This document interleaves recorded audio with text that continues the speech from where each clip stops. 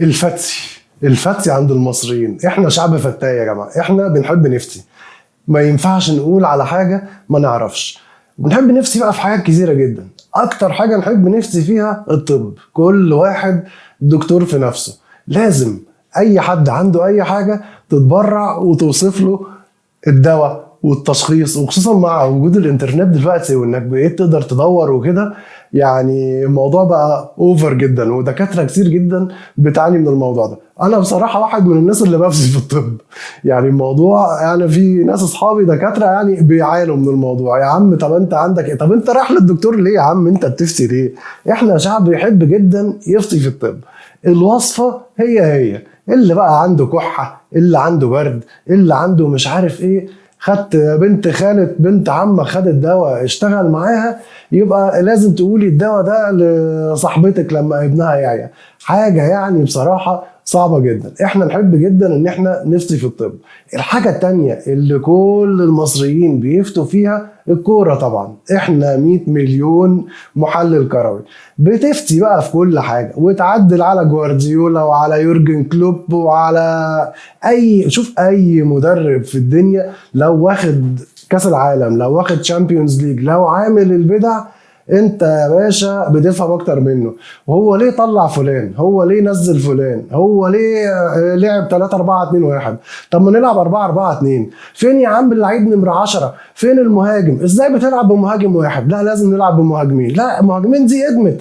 بص 110 مليون ولا 100 مليون محلل كروي ومدرب كروي، وبص بنفهم في الكوره اكتر من اللي اخترعها. كل واحد بيب جوارديولا في نفسه. طبعا حاجه كمان من اللي بنحب نفتي فيها جدا الطرق بقى. واحد سايق عربيته مش عارف هو رايح فين ولا جاي منين وتايه، يسأل واحد يقول له اصل فين صلاح سالم. انت تمشي كده وتروح كده وبعد كده تسأل. يا عم لما انا هسأل تاني انت بتقول لي ليه؟ ما تعرفش تقول مش عارف؟ ما تعرفش تقول انا مش من هنا؟ انت مثلا من مصر الجديدة وماشي في الهرم، واحد بيسألك في الهرم على شارع مش عارف مين، تسكت تحط لسانك في بقك تقول له ما اعرفش؟ تقول له انا مش من هنا؟ لا. طب بص، انت لو مشيت على طول ودخلت شمال وطلعت الكوبري هتلاقي مش عارف ايه، يبقى اسال هناك. يا عم ما تسكت يا عم، يا عم حط لسانك في بقك واسكت. لازم نفتي، احنا لازم نفتي في اي حاجه. طبعا وموضوع الساعه دلوقتي السياسه والاقتصاد.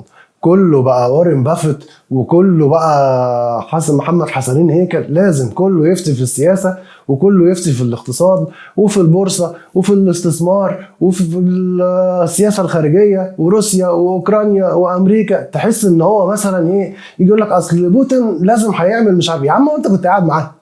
يعني هل انت كنت قاعد معاه ولا انت قاعد مع جو بايدن؟ يا جماعه في ايه يا جماعه؟ مش كده. وكل واحد بقى عنده الخبر اليقين يقول لك لا الكلام ده مش مظبوط، هو لازم هيعمل كذا. تقولش بقى البيه هو مثلا رئيس مجلس الدوما ولا قاعد في الكريملين ولا قاعد في البنتاجون معاهم بياخدوا رايه مثلا في البنتاجون قبل ما يقولوا قرار ولا بتاع. يا عم مش كده. قول رايك عادي، بس مش لازم تجزم ان رايك هو الصح. هو انت ما انتش صانع قرار اصلا. لا انت صانع قرار ولا انت عارف ولا انت فاهم اي حاجه في اي حاجه. بس لازم نفسي وخلاص.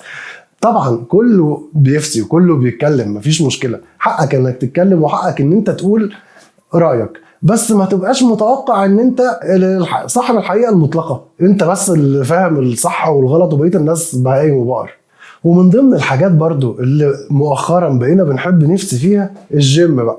لا العب البنش كذا، العب الباي كذا، لا اعمل سوبر سيت كذا. خلاص بقى كل مصر بقت بتروح جيمات، وكل مصر بقت مدربين لياقه بدنيه. وعلى فكره معظم اللي موجودين في الجيمات اصلا والمدربين في الكنافه اساسا وبيفتوا.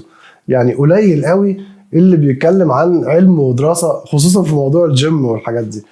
فاحنا برضو حتى البروفيشن، حتى الناس اللي بتشتغل في اوقات كتيره بتبقى بتتكلم كده اعتباطا، يعني مش ولا على دراسه ولا عن تجربه ولا عن اي حاجه. هو عمل شويه عضلات وبتاع وجسمه حلو خلاص بقى مدرب وبقى كوتش، واديها بقى في وصفات ومش وصفات وحقن ومش عارف ايه ودايت ومش دايت. طبعا التغذيه دي ده السبوبه اللي موجوده دلوقتي بقى، الكيتو والميتو والفيتو، ونعمل دايت مش عارف ايه ودايت الموز ودايت البتنجان بص مهزله. انا شخصيا بفسي في الكوره وبفتي في الطب. قول لي انت كمان بتفتي في ايه في الكومنتات تحت. لايك وسبسكرايب، واشوفكم على خير الفيديو الجاي ان شاء الله. سلام.